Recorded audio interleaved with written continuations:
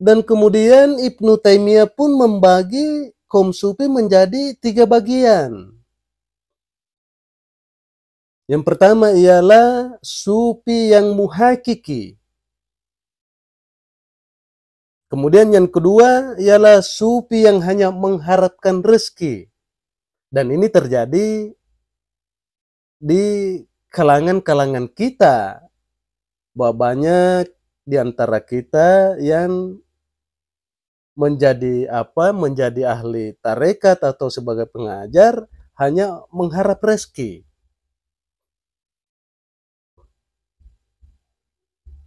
Ini adalah orang-orang yang tamak akan persoalan dunia. Kemudian yang ketiga ialah sufi yang hanya mementingkan penampilan. Sufi yang hanya mementingkan penampilan.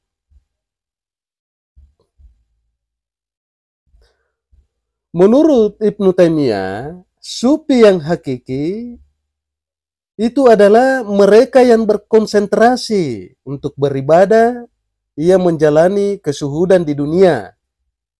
Dan mereka adalah orang-orang yang bersih hatinya dari kotoran. Dan ia dipenuhi dengan tafakkur.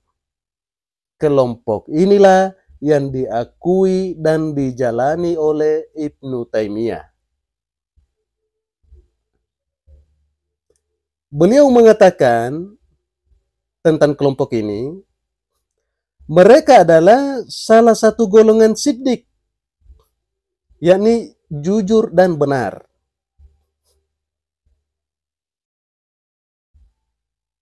Ia memberikan perhatian khusus terhadap kesuhudan. Menurut Ibnu Taimiyah, seorang sufi yang hakiki, ia harus memenuhi 3 syarat. Yang pertama ialah ia harus mampu melakukan keseimbangan syar'i, yakni dengan menunaikan yang fardu dan meninggalkan yang haram. Dengan kata lain, seorang sufi yang muhakiki harus komitmen dengan jalan takwa.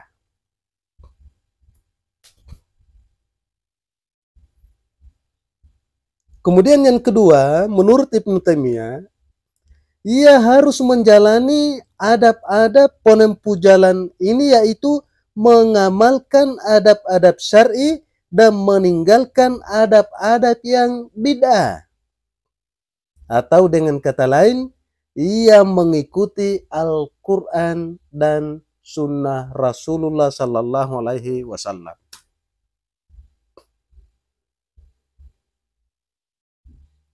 Kemudian yang terakhir, ia harus bersikap zuhud terhadap dunia dengan meninggalkan hal-hal yang tidak dibutuhkan yang menyebabkan hidup berlebih-lebihan. Hati-hati, di sini bukan berarti Ibnu Taimiyah mendukung semua jenis tasawuf. Jika ada yang mengatakan bahwa ia mendukung semua jenis tasawuf, maka itu tidaklah benar. Sebagaimana jika misalnya ada yang menyatakan bahwa ia menolak dan memusuhi semua jenis tasawuf, itu juga tidaklah benar. Dalam hal ini, Ibnu Taimiyah mendukung dan menjalani apa yang disebutnya sebagai tasawuf yang disyariatkan. Ia pun menjalani. Ia menjalani tasawuf yang disyariatkan, yakni tasawuf yang diambil ajaran-ajarannya dari sumber yang terbersih, yakni yang diwariskan oleh Rasulullah Sallallahu Alaihi Wasallam.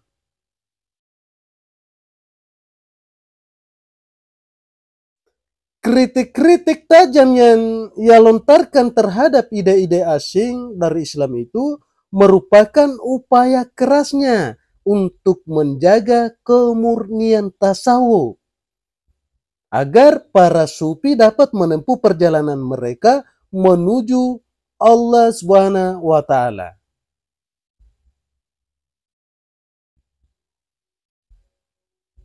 Ya. Jadi Ibnu Taimiyah ini keras dengan kritik-kritikannya untuk menjaga kemurnian tasawuf agar para sufi dapat menempuh perjalanan mereka menuju kepada Allah Subhanahu wa taala dengan tetap berpegang teguh kepada syariatnya dan menjaga batasan-batasannya. Beliau menghabiskan hidupnya untuk memperjuangkan tasawuf yang seperti ini. Adapun tasawuf yang lebih banyak melandaskan ajaran-ajaran yang tidak berlandaskan Quran dan As-Sunnah, yang banyak dipengaruhi oleh ide-ide para Islam, maka bukanlah Ibnu Taimiyah yang pertama yang melontarkan kritikannya tersebut. Banyak para pemuka sufi yang seperti demikian, misalnya Hasan Al-Basri, Al-Haris, Al-Junaid, dan yang lain-lainnya. Itu telah mendahului oleh Ibnu Taimiyah memberikan sebuah kritikan-kritikan mengenai tentang tasawuf. Tasawuf yang tidak berlandaskan Quran dan hadis. Seperti itu sebenarnya ya.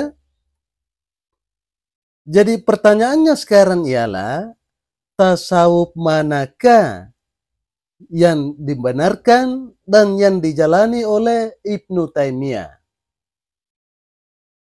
Maka jawabannya ada pada Imam Nawawi. Perhatikan, beliau pernah berkata, pokok-pokok ajaran tasawuf itu ada 5. Itu menurut Imam Nawawi.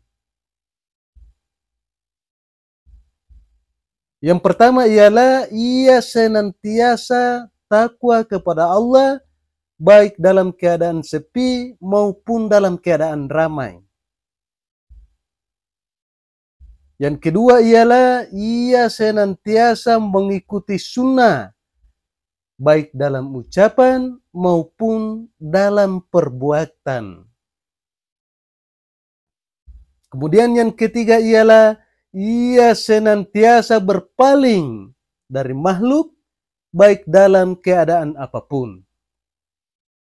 Maksudnya di sini ialah ia senantiasa berharap kepada Allah. Kemudian yang keempat ialah ia senantiasa ridho kepada Allah dari segala apa yang telah diberikannya kepadanya, baik itu banyak maupun sedikit. Ia senantiasa ridho kepada apa yang telah diberikan oleh Allah kepadanya. Dan yang terakhir ialah ia selalu kembali kepada Allah saat suka maupun duka. Maksudnya di sini ialah ia senantiasa bersandar diri kepada Allah. Itulah pokok-pokok ajaran tasawuf menurut Imam Nawawi. Kemudian Abu Kafs berkata, barang siapa yang tidak menimbang amal dari segala sesuatu dengan timbangan Al-Quran dan As-Sunnah, maka mereka itu tidak termasuk golongan kaum tasawuf.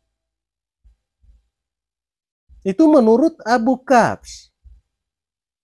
Barang siapa yang tidak menimbang amal dari segala sesuatu dengan timbangan Al-Quran dan As-Sunnah, maka dia tidak termasuk golongan kaum tasawuf.